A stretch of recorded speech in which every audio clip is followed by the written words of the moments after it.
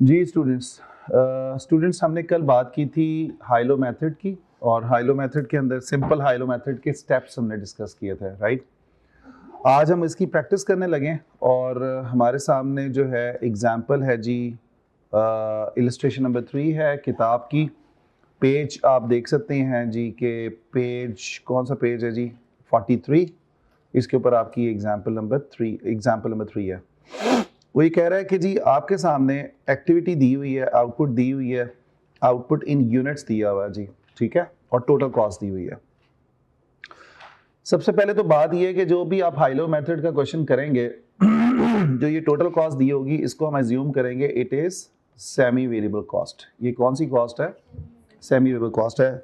अगर ये semi variable है तो तब भी तो हम इसको अलग कर रहे हैं, अलग कर रहे हैं।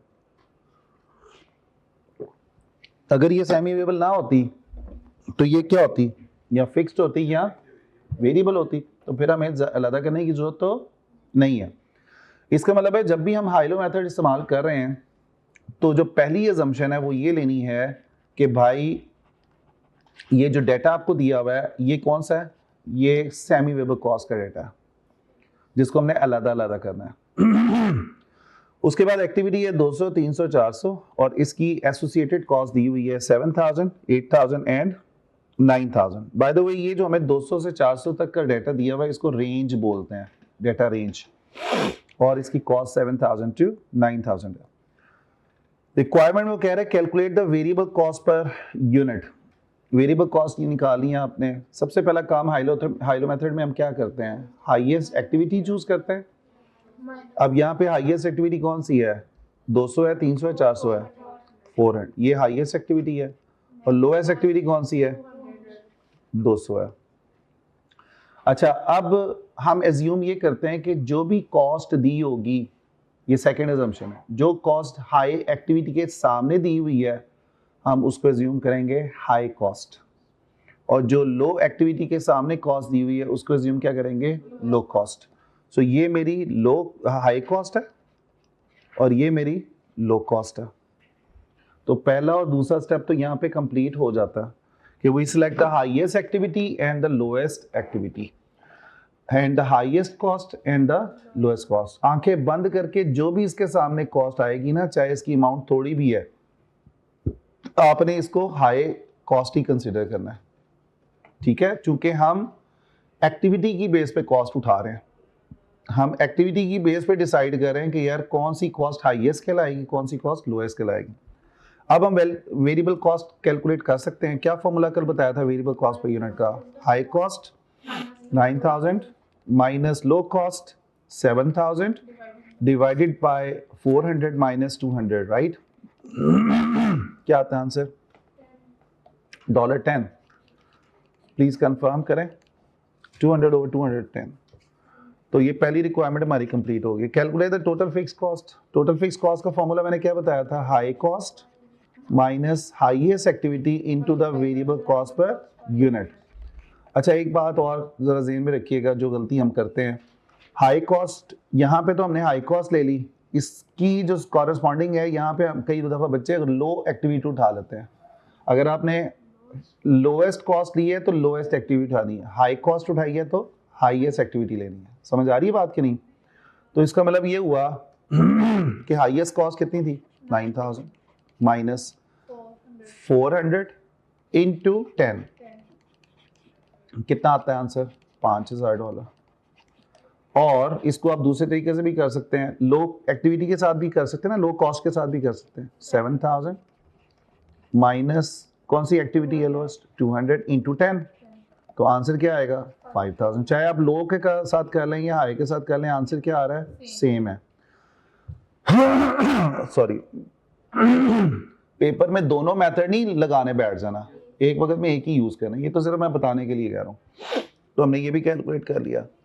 वो कह रहा है calculate estimate the total cost if activity is 350। वो कहता है अगर x 350 आ जाए, हमने कल पढ़ी थी ना इक्वेशन एक, y equal to a plus B into x.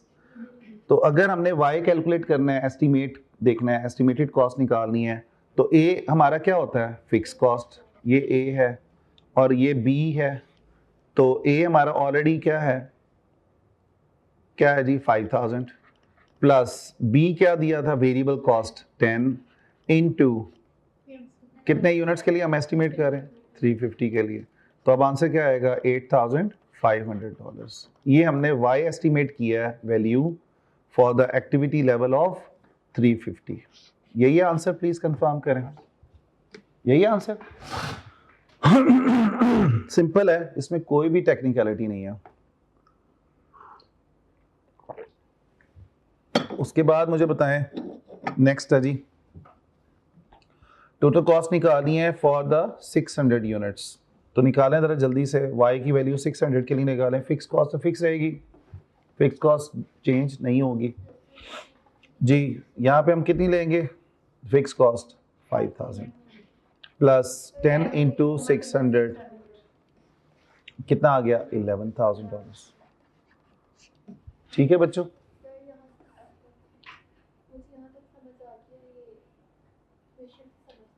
Equation की समझ आई। इक्वेशन क्या है, ये एस्टिमेशन के लिए हम यूज करते हैं, कॉस्ट फंक्शन इक्वेशन है y equal to a plus B into X. A क्या होती है फिक्स कॉस्ट या टोटल फिक्स कॉस्ट, बी क्या है वेरिएबल कॉस्ट पर यूनिट, ठीक है। एक्स क्या है, वो एक्टिविटी जिसके लिए हम एस्टिमेट कर रहे हैं कॉस्ट। एक्स आपको पता है इंडिपेंडेंट वेरिएबल है, वाई डिपेंडेंट वेरिएबल होता है। तो हम एक्स 350 रखें तो वाई की वैल्यू क्या आ रही है इस इक्वेशन के थ्रू, बताएं। सॉल्व करके निकलेगा ना। 5000 ए है, फिक्स कॉस्ट को हमने ए का नाम नहीं दिया, दिस इज ए, ये ए है। एक्स की वैल्यू 350 ये दी हुई है, ये एक्स है, ये भी एक्स है। हम इसके ऊपर एस्टिमेट कर रहे हैं ना, अगर एक्स 350 हो जाए 600 हो जाए तो क्या होगा टोटल कॉस्ट, वो हम एस्टिमेट कर रहे हैं। ठीक है बच्चों, ये ज़रा कैलकुलेट करें हाई लो मेथड के थ्रू। इसके अंदर आपने क्या करना है, रिक्वायरमेंट लिख रहे हैं आपने, मैं सिर्फ एक ही रिक्वायरमेंट लिख रहा हूँ, उसके लिए सारे स्टेप्स आपको करने पड़ेंगे। You just need to calculate for X, take the X 55 and calculate the Y value. अब वाई वैल्यू कैलकुलेट करने के लिए सारे स्टेप्स करने पड़ेंगे, करें जल्दी से हाई लो मेथड के थ्रू।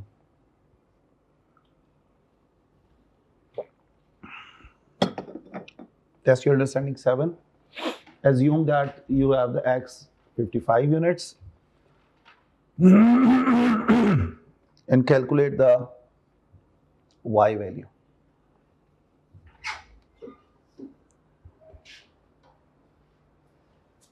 जल्दी से निकालना है, टाइम नहीं लगाना इस पे। आसिफ भाई वो क्वेश्चन बैंक निकाल लिया, निकल गया सारा, चलो क्लास के बाद मुझे दे दीजिए मॉक क्वेश्चन बैंक बस।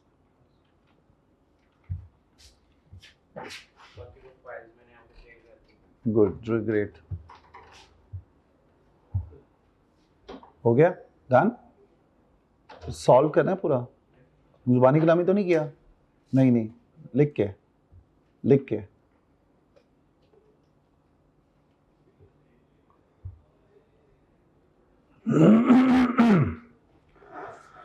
इस रिक्वायरमेंट को छोड़ के ना आपने खुद से y की वैल्यू सारी निकालनी है। a निकालना पड़ेगा, a is the fix cost, you have to calculate the b value and then आपको कैलकुलेट करना पड़ेगा y की वैल्यू को।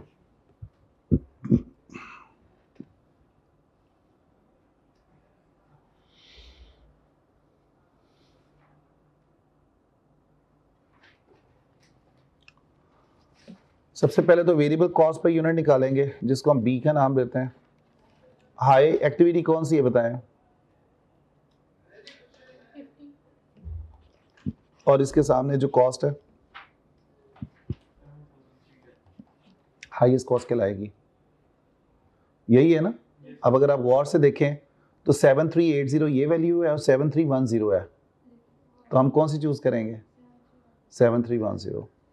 और एक्टिविटी लोएस्ट कौन सी है बच्चे, लो एक्टिविटी कौन सी है 26, और इसके सामने कॉस्ट कौन सी है, ये लो कॉस्ट कहलाएगी।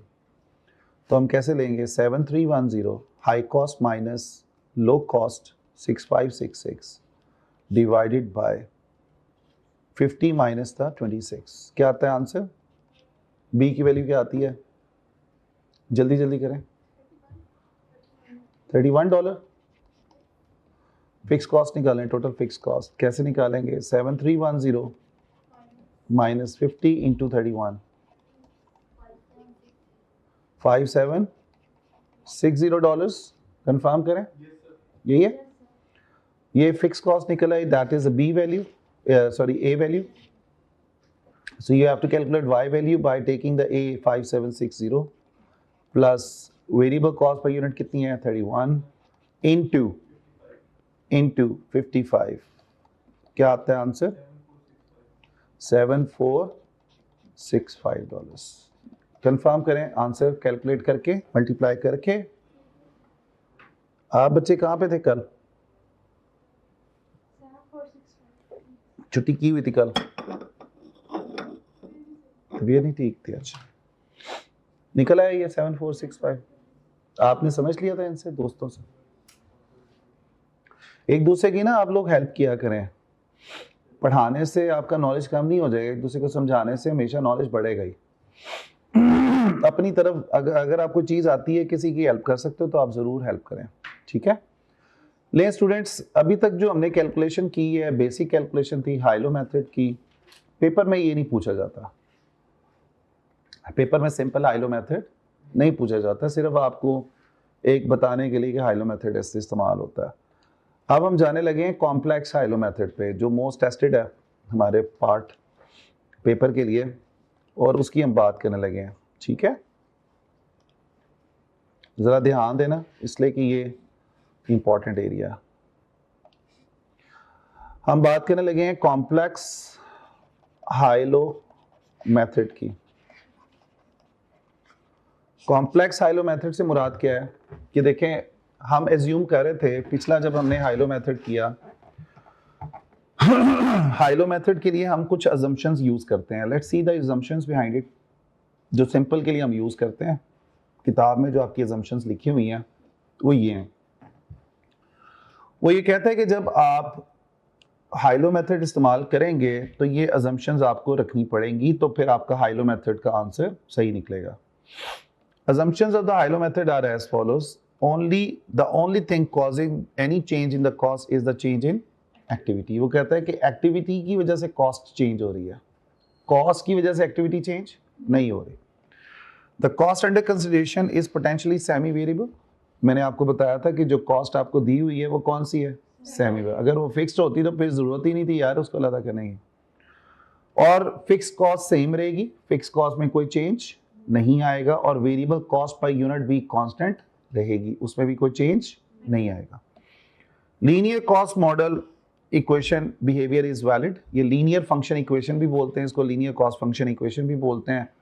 And there would be a relationship of y is equal to a plus b into x. ठीक है बच्चों, अब हम बात करने लगे हैं कॉम्प्लेक्स हाइलो मेथड के लिए, और हम ये कहते हैं कि अगर कल को फिक्स कॉस्ट में चेंज आ जाए तो हाइलो मेथड में क्या इम्पैक्ट आएगा. तो हम सिनेरियोज बना लेते हैं कॉम्प्लेक्स हाइलो मेथड के लिए. हम ये कहते हैं कि पहला सिनेरियो ये है कि there is a change in total fix cost, और आपको मैंने बताया था जब फिक्स कॉस्ट में चेंज आ जाता है तो उसको क्या बोलते हैं? स्टेप्ड फिक्स कॉस्ट बोलते हैं. क्या बोलते हैं? स्टेप्ड. दूसरा चेंज हम कहते हैं अगर variable cost per unit change हो जाए. हम पहले तो अज्यूम करते हैं ना कि यार ये कांस्टेंट रहती है, लेकिन अगर हम ये अज्यूम कर लें कि यार ये चेंज हो जाए तो क्या होगा? Variable cost per unit change. ठीक है बच्चों, चेंज इन वेरिएबल कॉस्ट आ जाए पर यूनिट. आपको समझ आ रही? तीसरा सिनेरियो हम ये कह रहे हैं कि change in both at a time, कि अगर दोनों ही चेंज हो जाए, यानी कि फिक्स कॉस्ट भी चेंज हो जाए और साथ साथ वेरिएबल कॉस्ट पर यूनिट भी चेंज हो जाए, तो क्या होगा? तो पहले हम बात करते हैं change in total fix cost की, और इसके अंदर फर्दर हम दो चीज़ों को बात करेंगे कि अगर चेंज फिक्स कॉस्ट में आ जाए इन परसेंटेज तो कैसे उसको डील करेंगे, और अगर डॉलर में चेंज आ जाए तो उसको कैसे डील करेंगे. अब देखें, चेंज आ गया परसेंटेज में, वो आपको बता देगा यार परसेंटेज में इतना चेंज आ गया, फिक्स कॉस्ट इतने से बढ़ गई, या फिक्स कॉस्ट इतने से कम हो गई, इतने परसेंट से, तो उसको कैसे डील करेंगे। इसी तरह अगर फिक्स कॉस्ट में चेंज आ रहा है इन टर्म्स ऑफ डॉलर अमाउंट में, तो उसको कैसे डील करेंगे। अगर आपको पहला सिनेरियो समझ आ जाता है, पहली सिचुएशन समझ आ जाती है, तो आपके लिए दूसरी और तीसरी को समझना मुश्किल नहीं होगा। कॉन्सेप्ट समझ लें। अब सबसे पहले तो हम ये कहते हैं कि यार अगर फिक्स कॉस्ट में परसेंटेज में चेंज, डॉलर में चेंज आ जाए तो क्या करेंगे, उसको कैसे डील करेंगे। उसके लिए हमें कुछ डाटा चाहिए, क्वेश्चंस का जो है वो फिगर्स चाहिए। तो हम कुछ अपनी किताब में से एग्जाम्पल्स देखते हैं। अच्छा, ये आपको उसने दिया हुआ चेंज इन द परसेंटेज को डिस्कस कर लेते हैं, चूंकि अभी हमने फिक्स कॉस्ट का चेंज की बात कर रहे हैं, ये परसेंटेज चेंज की बात कर रहा है वो, यानी कि हम कौन से सिनेरियो पे, ये वाले सिनेरियो पे है। ठीक है बच्चों, इसको डिस्कस कर रहे हैं। So change in the total fixed cost. Data को बड़े ध्यान से समझना है, अंडरस्टैंड करना है। वो कह रहे हैं an organization has the following total cost at 3 different activity levels. Activity level है 4,000, 6,000, 7,500। तो हम इसको डेटा को लिखते हैं, आपने मुझे बताना है साथ साथ। एक्टिविटी लेवल है जी इन यूनिट्स, और यहाँ पे हम लिख देते हैं डेटा कॉस्ट का। ठीक है बच्चों, कौन कौन सी एक्टिविटी थी, 4,000, 6 एंड 4,000, थोड़ी सी जगह छोड़ दें 6,000 एंड 7,500। इसकी एसोसिएटेड कॉस्ट कौन कौन सी दी हुई है, 40,800 की। इसकी कॉस्ट क्या दी हुई है, 50,000 की। और इसकी क्या दी हुई है, 54,800। मैंने डाटा लिख लिया। Variable cost per unit is constant, यानी कि इस रेंज में वेरिएबल कॉस्ट पर यूनिट क्या है, कांस्टेंट है, चेंज नहीं आ रहा। And there is a step up of 10%। अब फिक्स कॉस्ट में चेंज आ रहा है कितने परसेंट का, 10% का। कब चेंज आता है वो ये बता रहा है, when the activity level exceed 5,500 units. अगर मैं अब आपको 5,500 कहाँ पे हम प्रेजेंट करेंगे, बिलो 6,000 ही हो गया ना, तो मैं क्या यहाँ पे लिख सकता हूँ 5,500। वो ये कह रहा है कि जब आप इसके ऊपर जाते हैं ना, तो फिक्स कॉस्ट में 10% का इजाफा हो जाता है। बात समझ आ रही है।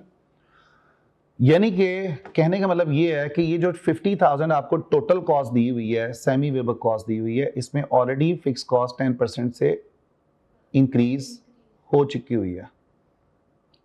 इसकी बात यही समझ आ रही है कि नहीं, कि भाई जब हम 5,500 को क्रॉस करते हैं तो 10% फिक्स कॉस्ट चेंज हो जाती है। हमें टोटल कॉस्ट दी हुई है, ये टोटल कॉस्ट है बच्चों, जिसमें फिक्स भी है और वेरिएबल भी है। तो ये टोटल कॉस्ट जो दी हुई है 50,000 की, इसके अंदर फिक्स कॉस्ट 10% से इंक्रीज हो चुकी हुई है, और 54,800 में से भी फिक्स कॉस्ट 10% से इंक्रीज हो चुकी हुई है। अगर हम बिलो 5,500 की बात करें तो इसमें फिक्स कॉस्ट में अभी कोई चेंज नहीं आया। इसका मतलब है कि ये जो फिक्स कॉस्ट इन दोनों में है, ये 110% है। Can I say this? And the fixed cost here in the 40,800 is up to the 100% level. There's no change. यहां तक कोई प्रॉब्लम। थोड़ी सी उसने बात की है, वो कहता है 5,500 से जब आप ऊपर जाते हैं तो फिक्स कॉस्ट में कितने से इजाफा हो जाता है, 10% से। और अगर आप बिलो 5,500 हैं तो फिक्स कॉस्ट में कोई चेंज नहीं आ रहा। रिक्वायरमेंट क्या कह रहा है, what is the total cost of an activity for 5,000 units. यहां पे आपसे पूछ रहे 5,000 की मुझे टोटल कॉस्ट निकाल के दो। अब वो with in the activity range पूछ रहा है, outside of the activity range नहीं पूछ रहा, डेटा के दरमियान में पूछ रहा है कि यार मुझे फिक्स कॉस्ट निकाल के, टोटल कॉस्ट निकाल के दो। जी बच्चे, जी बताएं। हाँ जी, अभी तो मैंने बताना है आपको, अभी तो सिर्फ मैंने डाटा लिखा है और समझाया। इस दौरान वेरिएबल कॉस्ट पर यूनिट में कोई चेंज नहीं आ रहा, कोई भी चेंज नहीं आ रहा। अब हमने हाई लो मेथड अप्लाई करना है। हाई कॉस्ट कौन सी ले सकते हैं? हाई एक्टिविटी, सबसे पहले तो हाई एक्टिविटी लेनी है ना, तो हाई एक्टिविटी कौन सी ले सकते हैं बच्चों बताओ? 7,500 हाई एक्टिविटी। लो एक्टिविटी कौन सी लेंगे? देखो लो एक्टिविटी हम वही लेंगे जो आपकी सेम लेवल पे होगी, यानी कि कॉस्ट ये और ये आपस में सेम है, सेम लेवल पे हैं, दोनों ही 110% 110 हैं। जब आप variable cost per unit calculate करेंगे तो आप वो cost like with like comparison करेंगे। You can not compare 54,800 cost with the 40,800 because in 40,800 the fixed cost has not yet increased by 10%. But in these two categories of the cost, it is already been increased by 10%. It means कि हम जब variable cost निकालेंगे per unit, जो formula हमने पढ़ा था high cost minus low cost divided by highest activity minus lowest activity, तो we have to compare it with like basis. हाँ, अगर हमें पता होता ना कि फिक्स कॉस्ट 10% कितना बनता है तो हम क्या करते, लो कॉस्ट में ऐड कर लेते या 10% उसमें ऐड कर लेते या 10% इसमें से माइनस कर लेते, तो हमारा सेम लेवल पे आ जाती बात, फिर हम कंपेयर कर सकते थे। लेकिन अभी हम 10% का पता ही कोई नहीं है, तो हम क्या करेंगे, वेरिएबल कॉस्ट पर यूनिट कैसे कैलकुलेट करेंगे बच्चों? हम लाइक विद लाइक बेसिस पे कैलकुलेट करेंगे। हम लेंगे 54,800 high cost minus 50,000 low cost divided by 7,500 minus the 6,000। बताएं अब क्या आता है answer, variable cost per unit. इस चीज की समझ आई है बच्चे आपको? जी आपको बेटा समझ आई है? आपका नाम मैं भूल जाता हूँ। अनीसा, अनीसा बच्चे समझ आई है? कोई problem? Like with like comparison ही करना है आपको बच्चे। इधर से समझ आई? जी नहीं समझ आई? क्यों? मैंने तो बड़ी आराम से प्यार से मोहब्बत से समझा रहा हूं आपको, तो मैंने कोई चीज ऐसी यूज ही नहीं की जिससे आपको समझ ना आए। वैसे मैं दोबारा से रिपीट कर देता हूं, बताएं।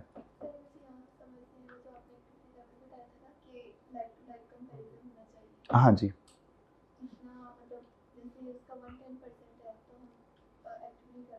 हाँ देखो मेरा बच्चा, डेटा क्या बता रहा है आपको? डेटा ये बता रहा है कि यार इसमें इन दोनों कॉस्ट में हमने चूंकि क्वेश्चन को पढ़ा, हमें वो कह रहा है कि जब आप 5,500 को क्रॉस करते हो तो फिक्स कॉस्ट 10% से बढ़ जाती है। ऐसे ही है, यही कह रहा था।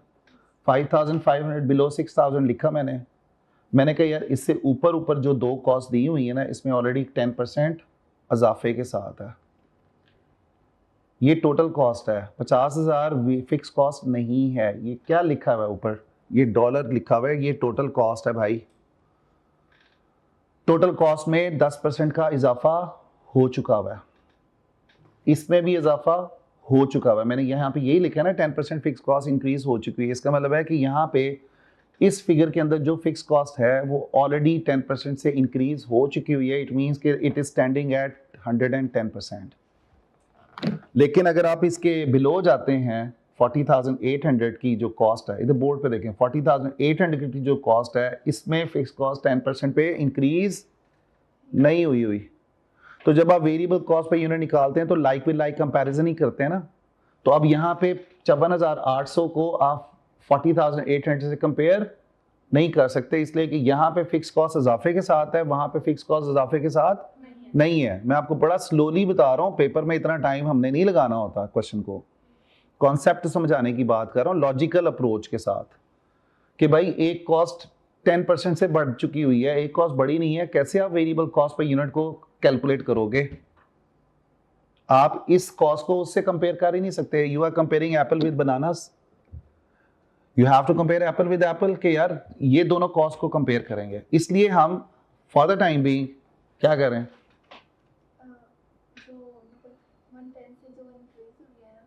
हाँ वही वाली लेंगे। एक्टिविटी लेवल नहीं बढ़ रहा, कॉस्ट बढ़ रही है, कॉस्ट बढ़ रही है, एक्टिविटी लेवल तो चेंज नहीं हो रही है। वो तो 5500 की एक रेंज बता रहा था ना हमें। यहाँ तो बात अब समझ आ गई। अब वेरिएबल कॉस्ट निकालें, $3.2 पर यूनिट है और ये कांस्टेंट रहेगी किसी भी एक्टिविटी के लिए, it is not gonna be changing. अब हम आते हैं, हमने अपनी टोटल कॉस्ट निकालनी है 5,000 के लिए। अब मुझे बात बताओ, 5,000 5,500 से लेस है या ऊपर है? लेस है। अब मुझे जो यहाँ पे फिक्स कॉस्ट चाहिए ना, मुझे फिक्स कॉस्ट चाहिए 100% पे। I don't need it at 110%।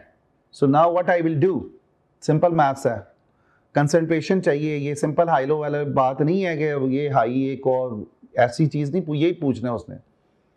अब बताओ टोटल फिक्स कॉस्ट हम निकालते हैं। सबसे पहले तो हम देखते हैं कि यार वो 10% को एडजस्ट कैसे करेंगे। तो हमें फिक्स कॉस्ट चाहिए 110% के साथ पहले।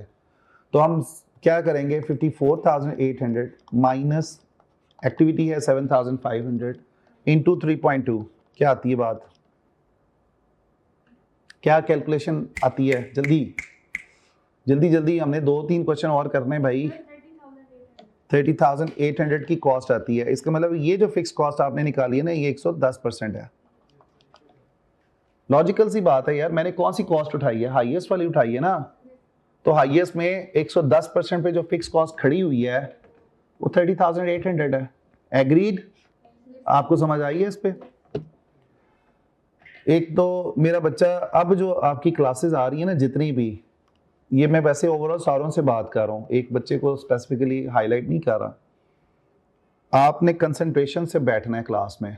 जहाँ पे आप थोड़ी देर के लिए भी इधर उधर हो गए ना, आपको समझ नहीं आएगी। और ये मैनेजमेंट अकाउंटिंग का सब्जेक्ट है, इसकी हर चीज़ ज़रा थोड़ी सी आपने आउट ऑफ द बॉक्स जाके सोचना है और लॉजिकल सोचना है। ये हम लॉजिकल अप्रोच पे चल रहे हैं। अब मुझे बात बताएं ज़रा कि 30,800 किसके बराबर है? 110% के बराबर है। We need fix cost at 100% as per the requirement. हमने रिक्वायरमेंट के मुताबिक चलना है। हमें फिक्स कॉस्ट 100% पे चाहिए, ऐसे ही है। क्या करेंगे? यूनिटी मेथड यूज करते हैं। अगर मैं ये कहूँ कि ये 30,800 110% है किसी चीज़ का, तो what would be the 100%? Maths है ना, that will be taken as an X. ये वो वाला एक्स नहीं है जो हम यूज कर रहे हैं क्वेश्चन के अंदर। वाई वैल्यू के लिए एक्स नहीं कैलकुलेट कर रहे, ये तो हम क्रॉस मल्टीप्लाई करके एक्स की वैल्यू निकाल रहे हैं कि व्हाट वुड बी द 100% यार। 30,800 इंटू 100 ओवर 110, तो ये 28,000 आता है, यही आता है। अब हमारी फिक्स कॉस्ट अब निकल आई है भाई। इसके लिए इस 5,000 के लिए हमने अब इक्वेशन बनानी है y equal to a plus B into X. A मैं कितना लूंगा? अब मैंने फिक्स कॉस्ट को अपने रिक्वायरमेंट के मुताबिक मैं 100% पे ले आया हूं, तो मैं यही वाली फिक्स कॉस्ट यूज करूंगा ना, कि नहीं? 28,000 यूज करूंगा, 30,800 वाली नहीं यूज करूंगा। बी मेरा कांस्टेंट रहता है, चाहे कोई भी एक्टिविटी उठा लें, 4,000 5,000 5,500 वट एवर। सो 5 कितनी है एक्टिविटी हमारी? 5,000, जिसके लिए हमने टोटल कॉस्ट निकाली है। वेरिएबल कॉस्ट पर यूनिट कितनी थी? 3.2। बताएं अब क्या आता है आंसर, जल्दी। 44,000 पूरा 44,000। ये y की वैल्यू जो हमने एस्टिमेट की है किसके लिए? 5,000 के लिए। 5,000 के लिए ये हमारा आंसर था। तो हमारी टोटल कॉस्ट आ रही है 44,000। कौन सा आंसर बनता है क्वेश्चन में? ये इतना आसान चीज़ नहीं थी, आपने लॉजिकल चलना था कि यार ये जो एक्टिविटी रेंज है, देखो क्वेश्चन ये सिर्फ 2 लाइनें आपकी कितना डिफरेंस क्रिएट कर रहे हैं। ये जितने हम क्वेश्चन कर रहे हैं अपने घर जाके 2-2 दफ़ा अपने हाथ से गुजारने। अब हम आते हैं, ये जरा परसेंटेज वाला काम था, इसलिए कि हमें परसेंटेज का पता नहीं था, तो हमने उसको 100% पे कन्वर्ट कर दिया। अब हम आते हैं डॉलर वाला चेंज। डॉलर वाला चेंज बहुत आसान होता है। अगर हमें अमाउंट उसने बता दिया कि यार इतनी अमाउंट से फिक्स कॉस्ट बढ़ जाती है या कम हो जाती है। अच्छा, बेसिक अंडरस्टैंडिंग वही है लाइक विद लाइक वाली, कि जब आप वेरिएबल कॉस्ट निकालेंगे तो लाइक विद लाइक बेसिस पे चलेंगे। अब आपको मैं अगला क्वेश्चन देता हूं करने के लिए। अभी आपने उसको करना है।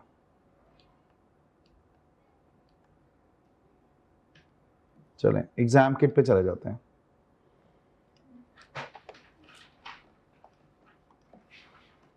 एग्जाम किट के क्वेश्चंस में कोई मसले मसाइल थे आप लोगों के? किए थे सारे क्वेश्चंस? मैं एज्यूम करता हूँ, देखें जो भी मैं मेरी आदत ये है कि मैं क्वेश्चंस आपको देता हूँ असाइनमेंट्स के लिए, आप उसको सॉल्व करेंगे, then after that you will use a suggested answer, उसमें चेक करेंगे अगर आपका आंसर सही नहीं निकल रहा और आपको कहीं पे डाउट्स आ रहे हैं, प्रॉब्लम्स आ रही हैं, तो फिर आप मेरे से अगले दिन आके पूछेंगे कि सर ये आंसर इसका क्यों ये नहीं बन रहा या ये क्यों बन रहा है, ठीक है, वो फिर हम डिस्कस करते हैं। मेरी अप्रोच ये है, रादर देन कि मैं आपको लकीर का फ़कीर सारे एक एक क्वेश्चन सॉल्व कराऊँ, ये मेरी अप्रोच का हिस्सा नहीं है। टेक्निकल क्वेश्चन जहाँ पे मुझे नज़र आएंगे ना कि यार टेक्निकल क्वेश्चंस हैं ये हमने करने हैं, वो तो मैं करवाता जाऊँगा साथ साथ।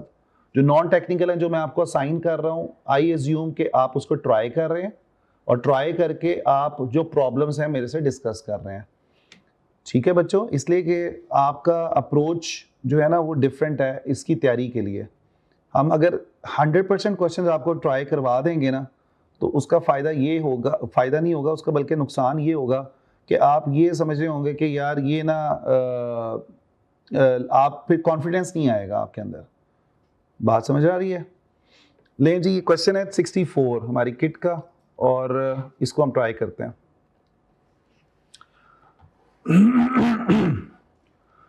ये जो क्वेश्चन है, this is a change in the fix cost in dollars. तो फिक्स कॉस्ट में जो चेंज आ रहा है ना, अब चेंज इन फिक्स कॉस्ट है वो डॉलर में है। ये डॉलर वाला सिनेरियो हमने सिनेरियो बनाया था ना ऊपर ये वाला, तो पहला सिनेरियो हमने डिस्कस कर लिया ना ये वाला। अब हम ये दूसरे सिनेरियो पे जा रहे हैं, हम डॉलर में चेंज की बात कर रहे हैं। So change in the fix cost, but we are now talking about the change in terms of dollars. लें जी, तो वो कह रहा है the following production and the total cost information relates to a single product organisation. Single product organisation वो होती है जो एक ही प्रोडक्ट के साथ डील कर रही है, यानी कि एक वक्त में एक प्रोडक्ट बनाती है फॉर द लास्ट 3 मंथ्स, पिछले 3 महीनों में। अब आपको month 1, month 2, month 3 monthly data दिया हुआ है, प्रोडक्शन दी हुई है 1200, 900 और 1400 और एसोसिएटेड टोटल कॉस्ट दी हुई है जो कि सेमी वेरिएबल कॉस्ट है। सबसे पहला काम तो ये है कि हमने अपने डेटा को अरेंज करना है असेंडिंग या डिसेंडिंग ऑर्डर में, राइट। तो हम यहाँ पे लिख लेते हैं यूनिट्स, प्रोडक्शन यूनिट्स 900, इसको आप 1400 लिख लें पहले, और कैसे कॉस्ट लिखेंगे 68,200, फिर आप 1200 लिखेंगे और क्या लिखेंगे जी 66,600 और 900 क्या लिखेंगे 58,200, राइट। सही है, असेंडिंग में भी कर सकते हैं, डिसेंडिंग में भी कर सकते हैं। लें जी, variable cost per unit is constant, वही बात अप टू 2000 यूनिट्स, यानी कि 2000। आपको डाटा दिया हुआ है 900 से लेके 1400 तक, लेकिन वो ये कह रहा है कि 2000 यूनिट्स तक आपकी वेरिएबल कॉस्ट में कोई चेंज नहीं आ रहा, पर यूनिट में कोई चेंज। आपको पता है variable cost per unit constant रहती है। But a step up of 6,000 in monthly total fixed cost occurs when production reaches 1100 units. वो कहता है जब आप 1100 पे पहुंचते हैं, 1100 या 1100 से ऊपर जाते हैं, तो आपकी जो फिक्स कॉस्ट है हर दफा 6000 से बढ़ जाती है, राइट जी। ये स्टेप अप है। Calculate the total cost for 1000 units. अब 1100 से ऊपर की बात पूछ रहा है या 1100 से नीचे की बात पूछ रहा है? नीचे 1000 की पूछे ना। अब हम इसको रेंज बना लेते हैं यार, ये देखो ऐसे लिख लो इसको, जैसे अभी हमने डाटा को लिखा था, थोड़े से 2 लाइनें छोड़ के ना आपने लिखना है। आप लिख लो 900, पहले लिख लो 900 की क्या कॉस्ट थी, मुझे कॉस्ट बताते जाओ 58,200। अगली 2 लाइनें छोड़ दो, अगली कॉस्ट कौन सी है, किसके लिए? 1200 के लिए। कितनी कॉस्ट है? 66,600। एंड 1400 के लिए क्या है? 68,200। यही है। 1100 कहाँ पे फॉल कर रहा है?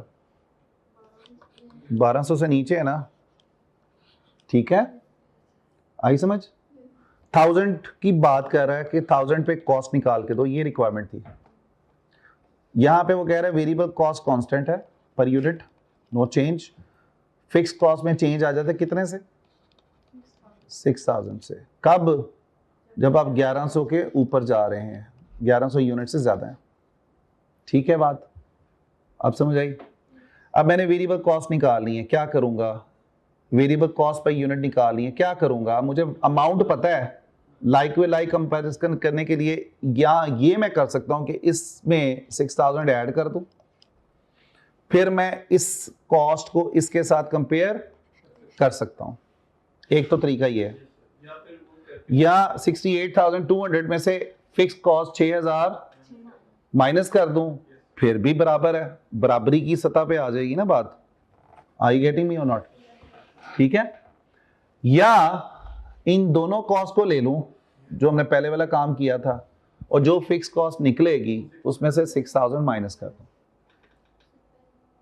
पहले वाले को दोबारा बता दूं, पहली अप्रोच क्या कर सकता हूं मैं कि 6000 में ऐड कर दूं 58,200 में, फिर मैं कंपेयर कर सकता हूं, या 68,200 में से 6000 माइनस कर दूं और इसमें ना माइनस करूं, इसमें 58,200 ही लूं।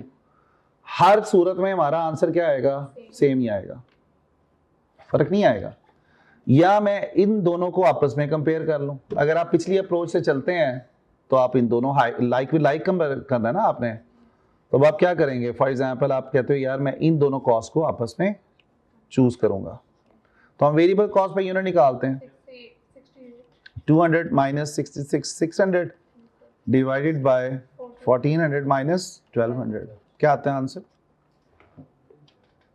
पहले वेरिएबल कॉस्ट निकाल, वेरिएबल कॉस्ट यही रहेगी, उसमें $8 आती है। अच्छा, अब टोटल फिक्स कॉस्ट निकालें, टोटल फिक्स कॉस्ट निकालें 68,200 माइनस 1400 इंटू 8, क्या आती है जी फिक्स कॉस्ट, 57,000 आती है। ठीक है, अब मुझे तो फिक्स कॉस्ट किस पे चाहिए, 1000 के लिए फिक्स कॉस्ट चाहिए, और विद चेंज चाहिए विदाउट चेंज चाहिए, क्यों विदाउट चेंज चाहिए, 11,000 से 1100 से बिलो जाना ना। हाँ, तो I need fix cost without 6000 addition, तो क्या करूंगा, इसमें से फिक्स कॉस्ट में से 6000 माइनस कर दूंगा, तो अब मुझे मेरे पास फिक्स कॉस्ट कितनी आएगी, 51,000। एक तो तरीका ये है। दूसरा सादा सा तरीका क्या है कि मैं पहले माइनस कर दूं, किस में से, इसमें से। अब ये कितना आते हैं, 62,200, ऐसे ही है, बात समझ आ रही है कि नहीं। अब जरा निकालें क्या आता है जी आंसर आपका, 62,200 माइनस 1400 इंटू 8, बताएं।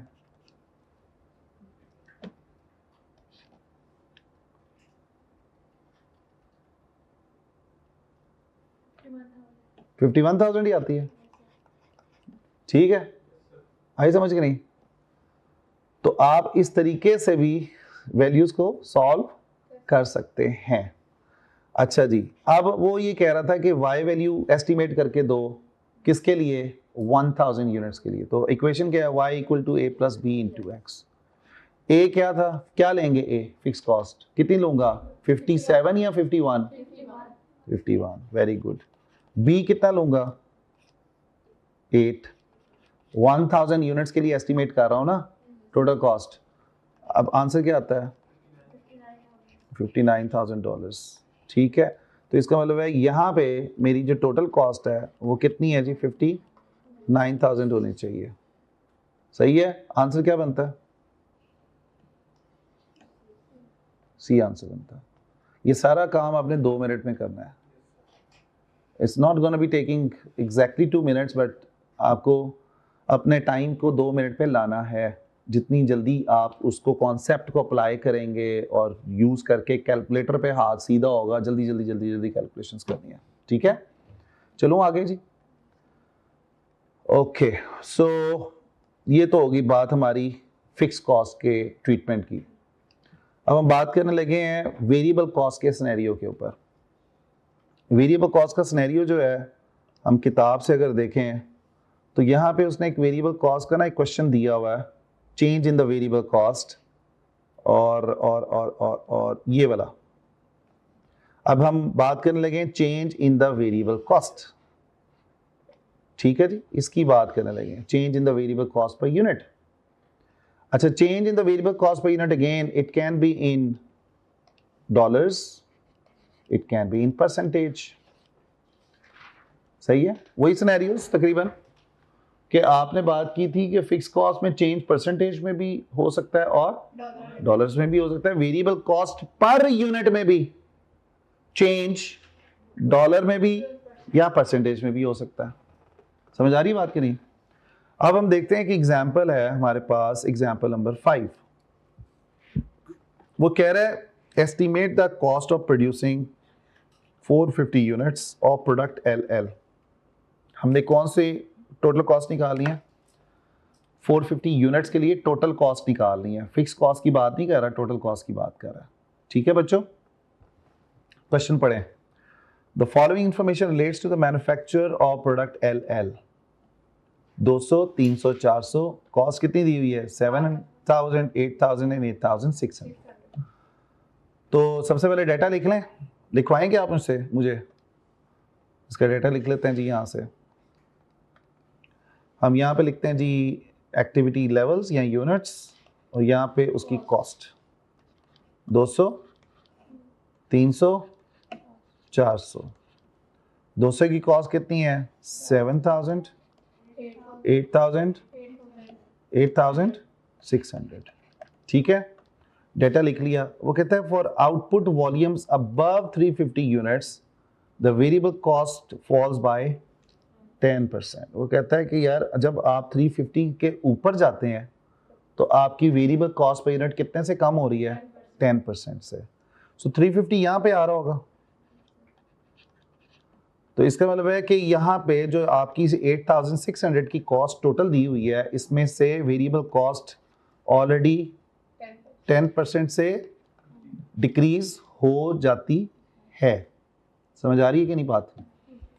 नेक्स्ट वो कह रहा है कि आपने 450 यूनिट्स की टोटल कॉस्ट निकालनी है। अब ये एक्टिविटी के बाहर जाके पूछ रहा है कि आप मुझे टोटल कॉस्ट निकाल के दो 450 की, 450 की। किसकी निकालनी है बच्चों? 450 की टोटल कॉस्ट निकालनी है, ये रिक्वायरमेंट है। Again like with like comparison. ठीक है जी, अब हम क्या करेंगे? वेरिएबल कॉस्ट पे यूनिट कैसे निकालेंगे? हाई कॉस्ट कितनी लूंगा? 8,000, लो कॉस्ट लूंगा 7,000 डिवाइडेड बाय 300 माइनस 200। बात समझ आ रही है आपको? कोई problem? Show how much you get? $10 per unit.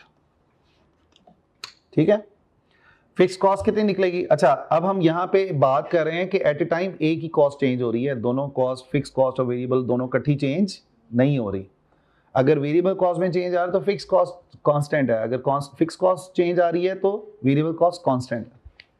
तो हम एज्यूम करेंगे fix cost is not gonna be change. ठीक है, फिक्स कॉस्ट रिमेन सेम। तो टोटल फिक्स कॉस्ट जरा निकाल दें, क्या आती है? 8,000 माइनस 10 इंटू 300, 5,000 की। यही है, क्लियर? अब मुझे बताएं कि हमें पूछ किसके लिए रहा है? 450 के लिए। सबसे पहले मुझे 450 के लिए वेरिएबल कॉस्ट को क्या करना पड़ेगा? डिक्रीज करना पड़ेगा। कितनी थी पहले वेरिएबल कॉस्ट? $10 थी। इसको मैं 10% से डिक्रीज करूंगा, means I will take remaining 90%। 10% minus करने के बाद बाकी कितना बचेगा? 90% ही बचेगा ना। तो मैं क्या उसको 0.9 ले सकता हूँ? केमिस्ट्री वाले बच्चे नहीं समझ आई? बहुत आसान सा है।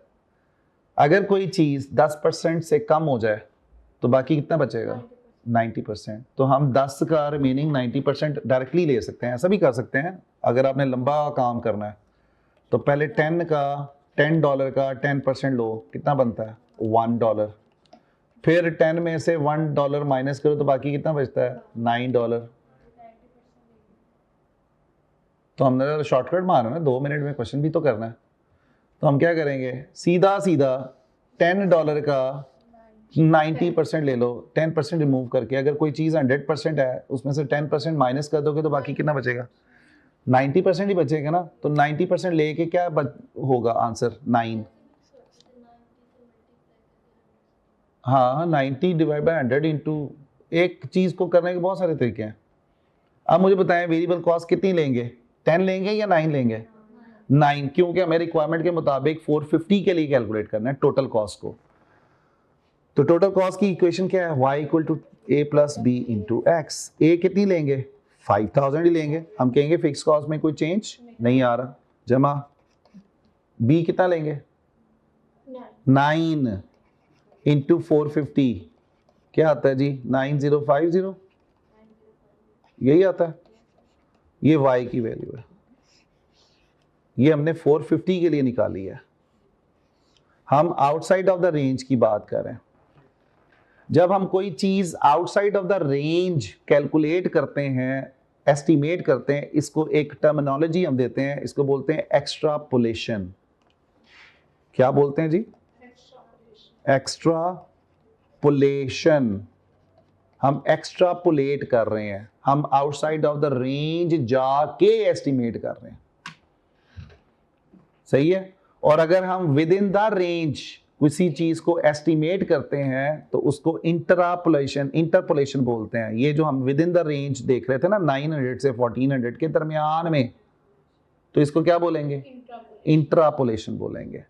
तो ये जो हमने कॉस्ट निकाली थी ना, ये इंटरपोलेट की थी, उसको इंटरपोलेशन की थी, इंटरपोलेशन याद रहेगा। Interpolation and extrapolation. Inter means within the range, extra means outside of the range. जब हम बजट बना रहे होते हैं कई दफ़ा we have to estimate outside of the given range and sometime we have to estimate within the range. So this was the high low method. ठीक है बच्चों। अच्छा, आपको परसेंटेज में वेरिएबल कॉस्ट का चेंज तो ये उसने बता दिया था। आपको डॉलर में उसने कोई चेंज नहीं दिया हुआ। एक और सिनेरियो उसने दिया हुआ है हमारे पास, वो ये है चेंज इन बोथ। ये अब आपने घर से खुद ट्राई करना है। Change in, this is the change in both fixed as well as variable. ठीक है बच्चों। So 90% of the chapter is gone. ये चैप्टर 90% हमने खत्म कर लिया। इसमें सिर्फ एक चीज रह गई, एक दो छोटी छोटी चीजें रह गई हैं। हम अगली क्लास में पढ़ेंगे कॉस्ट ऑब्जेक्ट क्या होता है, उसके बाद हम बात करेंगे कॉस्ट कोडिंग क्या होती है, कॉस्ट को कैसे कोड किया जाता है, और एक दो चीज़ें, एक क्लासिफिकेशन और पढ़ेंगे, अदर क्लासिफिकेशन जिसको बोलते हैं। So hardly it will take around 45 minutes to finish this off, right.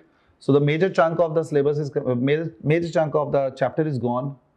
आपने जो हमने आज डिस्कशन की है, इसके क्वेश्चंस आपने अब क्या करना है हाई लो मेथड के। मैं जो असाइनमेंट दे रहा हूँ इसलिए कि अब आपके पास 3 दिन है, कल परसों तरसों, फ्राइडे को ऑफ मैंने करना था, Friday Saturday Sunday 3 days। What you will do with the, क्या कहते हैं, आपकी पहले नंबर पे चैप्टर 1 को पूरा पढ़ना है, रीड करना है। टेस्ट है आपका मंडे को, ये मैं पहले बता दूं, मैं बार बार नहीं कहूँगा, एक दफ़ा लिख लें, अपनी डायरी बनाया करें। जो आपका रजिस्टर है ना, रजिस्टर, उसके एंड पे, एंड के 2-3-4 पेजेस छोड़ दें जिस पे आपने डेली का टास्क लिखना है MA का, और कोशिश करें कि MA का अलहदा से रजिस्टर हो। ठीक है, उसको 2 हिस्सों में डिवाइड कर लें। एक हिस्सा क्लास की डिस्कशन के लिए मुझे आपको बताना पड़ रहा है, हालांकि ये लेवल नहीं है हमारा, but half of the register should be for the class discussion and half of the register should be for the homework assignments. ठीक है, तो आखिरी 3-4 पेजेस छोड़ दें, जैसे डायरी लिखवाते हैं बच्चों को, तो मैं आपको डायरी लिखवा रहा हूँ कि मंडे को आपका टेस्ट है फॉर चैप्टर नंबर 1। और आज जितना भी हमने पढ़ा है, अभी आज जितना कंप्लीट किया है, उस सारे का टेस्ट मैंने ऑलरेडी बना के दे दिया है। आपका मंडे को टेस्ट है, और अंडर आपका probably it will be in the lab actually, कि आप लैब में जाके उसको अटेम्प्ट करेंगे जैसे कंप्यूटर पे बैठ के करते हैं। ठीक है, हमारा जो एग्ज़ाम फॉर्मेट है। और मुझे इस पेपर में हर टेस्ट में आपके 90+ चाहिए। कितने चाहिए? 90+। अगर आपके टेस्टों में 90 आ रहे हैं तो रियल एग्ज़ाम में आप उसको 15% से कम कर दें। यहाँ पे 90 मीन्स वहाँ पे 75%, यहाँ का 100, वहाँ का 85%। ओके, तो यहाँ पे अगर हम 90 की परसेंटेज से मेंटेन कर रहे हैं तो इट मीन्स कि comfortably we can finish the exam. Okay, तो कोशिश करें कि 90 का एवरेज हो, आपके तकरीबन 8 से 10 टेस्ट बनेंगे और मॉक्स आपके बनेंगे 1 से 2, फुल बुक एग्ज़ाम जिसको हम बोलते हैं। साथ साथ तैयारी करें, लास्ट मिनट प्रिपरेशन का कोई कॉन्सेप्ट ACC में नहीं है। आप कहेंगे ना कि आखिरी 1 महीने में पढ़ लूँगा या पढ़ लूँगी, तो नहीं होगा। इसके लिए कि MA का सिलेबस बहुत बड़ा सिलेबस है और कैलकुलेशंस हैं। अब हर चैप्टर की आपने समरी भी बनानी है, हर चैप्टर में जितने हैं वो आ रहे हैं ना आपके फार्मूलाज, उसको लिखना है, याद करना है, तो ये काम आपने करके आना है। अब ज़रा किट के ऊपर आएँ और किट के क्वेश्चंस आप कौन कौन से अब कर सकते हैं। किट के मैंने जो मुश्किल वाले हैं वो तो करवा दिए हैं आपको, ये वाले ग्राफ वाले सारे हो गए। मैंने ये वाला क्वेश्चन कर दिया था, मैंने 68 दिया था आपको, 65 असाइनमेंट के तौर पे दिया हुआ है, कैम्बर वॉल दिया था, ये हो गया हुआ है, ठीक है। हाइलो मेथड से रिलेटेड मैंने ये तो करवा दिया, अब आपको दोबारा करने की जरूरत नहीं है। ये ग्राफ वाला भी कर दिया था, ये भी हो गया। मैं you can try this one, 61 60, okay, मैं सर्कल कर रहा हूँ इसको, ये कर सकते हैं आप, ये कर सकते हैं। ये सिंपल हाइलो मेथड के क्वेश्चन हैं। उसने कभी पूछा है वेरिएबल कॉस्ट निकालो, फिक्स कॉस्ट निकालो, इस तरीके से। अच्छा, ये देखें, ये भी सिंपल वाला है, इसमें आपने y की वैल्यू निकाली है फॉर 16,200 स्क्वायर मीटर्स, ओके। चलें आगे। उसके बाद ये क्वेश्चन आपको थोड़ा सा घुमाएगा। इस क्वेश्चन में आपने 3-4 दफ़ा ना T1, T2, T3 के लिए 4 दफ़ा हाइलो मेथड इस्तेमाल करना है, यानी कि एक दफ़ा हाइलो मेथड से वैल्यूज़ नहीं निकलेंगी। इसका मैं आपको हिंट ये दे रहा हूँ कि जो भी कॉस्ट जिसके अंदर दोनों एलिमेंट्स होंगे तो वो सेमी वेरिएबल कहलाती है। अगर कोई कॉस्ट हाइलो मेथड से आपने कैलकुलेट की है जिसमें सिर्फ फिक्स कॉस्ट निकल रही है या सिर्फ वेरिएबल कॉस्ट है, तो वो सेमी वेरिएबल नहीं कहलाएगी। तो 4 दफ़ा आपको हाइलो मेथड अप्लाई करना पड़ेगा, T1 के लिए अलग, T2 के लिए अलग, T3 के लिए अलग, T4 के लिए अलग। ये इंपॉर्टेंट क्वेश्चन है, आपने इसको ज़रूर ट्राई करना है। हाइलो मेथड का ही है, ये भी हाइलो मेथड का सिंपल है यार। दो रेंज दी हुई है एक्टिविटीज़ की, आपने सिर्फ फिक्स अमाउंट निकालनी है, फिक्स्ड ओवरहेड्स की। उसके बाद ये कोडिंग का है, इसको छोड़ दें।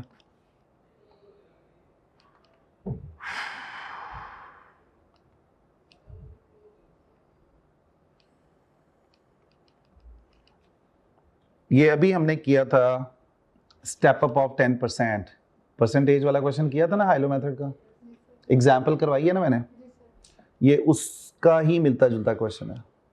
37 इंपॉर्टेंट है, वेरी इंपॉर्टेंट, ठीक है।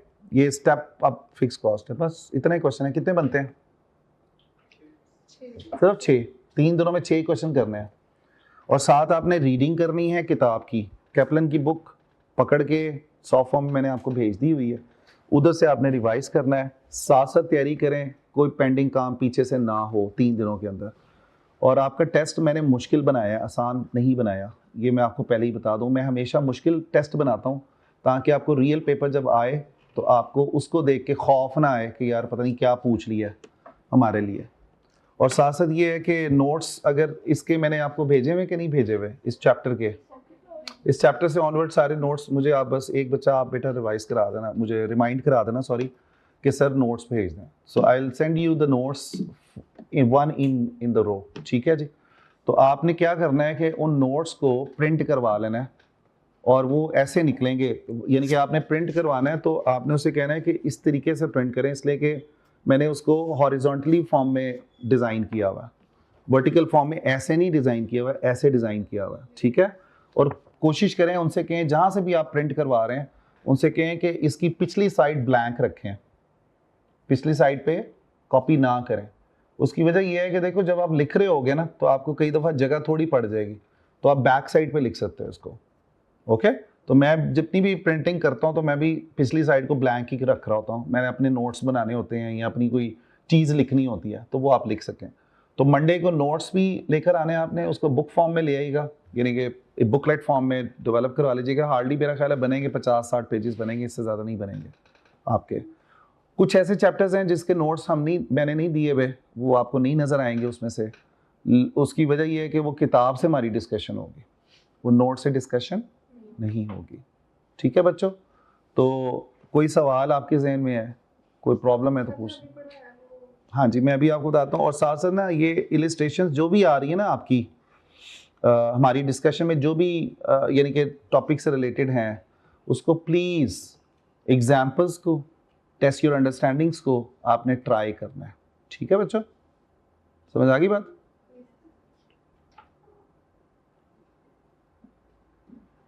वालेकुम सलाम।